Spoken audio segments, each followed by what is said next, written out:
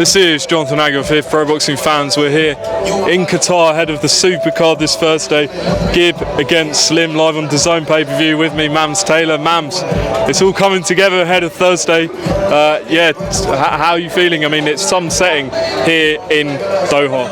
I'm just taking it in. This is incredible. I mean, you know, we've been 2 years in the game here, and look at where we are. And the Supercard is upon us.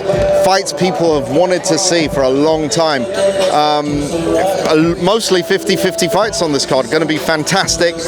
Very worthy of its name, the Supercard. The action is going to be, I think, the best standard of boxing that we've seen on Misfits so far. Just before we talk about the boxing itself, I did want to sort of talk to you about Callow. Obviously, you know, I interview him at Wasserman press conferences and stuff. But you know, the dynamic between you two, how does it work? You know, just explain. You know, it seems like you bounce off each other well. Is it like what you don't do well, he does well, and vice versa, or just explain? I think we both do very well in as a whole. We're very good at wearing different hats, but there's certainly some hats he wears a lot better than I do, and there's certainly some hats that I wear better than he does. And I think we recognize our strengths and weaknesses, and we've had so much history. We've known each other since we were 14 years old. So arguments, differences of opinion, it's all part and parcel of it, but we resolve things very quickly, and the reason for that is we got love for each other, we got love for what we do, and we have the same goals. I guess obviously at the press conference, KSI obviously made the comment saying, listen, me and Gib are not friends here. I don't care what anyone says, but not everyone believes it. Talk to us about maybe where the breakdown in the friendship happened. I think there was some Twitter stuff going on, and I know I was involved in that, and I since have learned and grown from that, and I think I navigate the space a lot better, and I don't take things as personally, and I don't air out business unless it absolutely needs to be aired out, you know. So I think there was back and forth between Gib and I. There was back and forth between KSI and Gib, and they've sparred a couple of times. Gib got the best of KSI early on when they first sparred.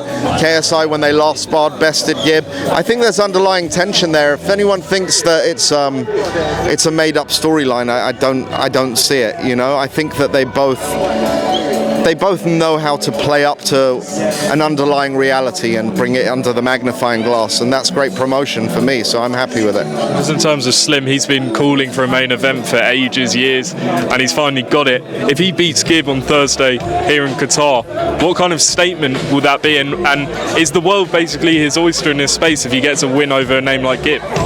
I think it's a massive statement for Slim. I think it's a massive statement for Gib, to be honest with you. You know, it's their biggest fight. Whether they like it or not, it is their biggest fight thus far. And yeah, the stakes are very high for everyone on the card, to be honest with you. All the 50-50 fights. Now, this is obviously your first fight here in Qatar. We see the first fight ever in Qatar. Right. So we're making history there as well, which is lovely. Now we're seeing sort of, you know, in the Riyadh season cards, they have a lot of celebrities, big names at ringside. Anyone you can tease that maybe people aren't expecting that is going to be here ringside on Thursday? Bevo's coming. Yeah. No, I think there's talk about David Beckham's here. Is that true? Yeah, he's around. I don't know. Well, there's a lot of celebrities around here right now. Let's see what happens, but I think we'll have some cool, fun names to see there as well. But Bevo as well. Shout out Bevo. We love Bevo. He's going to fight soon. As well, the F1's here this weekend, so maybe some of the drivers come through. Some F1 drivers here, yeah. Exactly. Just a couple quick ones. I was watching Logan Paul.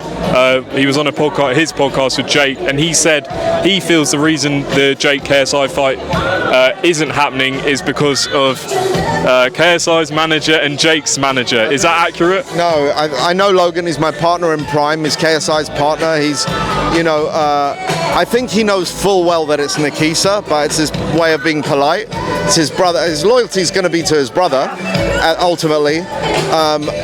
But yeah, Nikisa's the only reason this fight isn't happening. HS, I haven't seen him here. He wasn't here at the press conference. Is everything all good for Thursday? Yeah. Well, he'll be arriving tonight, so look forward to seeing him. And he's got a big future ahead of him if he trains and is disciplined and makes the right decisions. He can go very far. Do you think you can make the Dylan Dennis fight? No, they want to. He wants to box Dylan. Dylan wants to do MMA. So I'd love to make that fight, but I don't think I can right now. Tommy Fury, Darren Till, how's ticket sales going? Amazing. As expected, it's going to be crazy. Last one, there was a tweet that went out. I'm not sure the page, but got a lot of traction earlier today saying there's going to be a big announcement Thursday on the Misfits card. What can you tell us? Is there a big announcement coming? There's going to be a very big announcement coming. Okay, well, stay tuned for that. Live design pay-per-view this Thursday.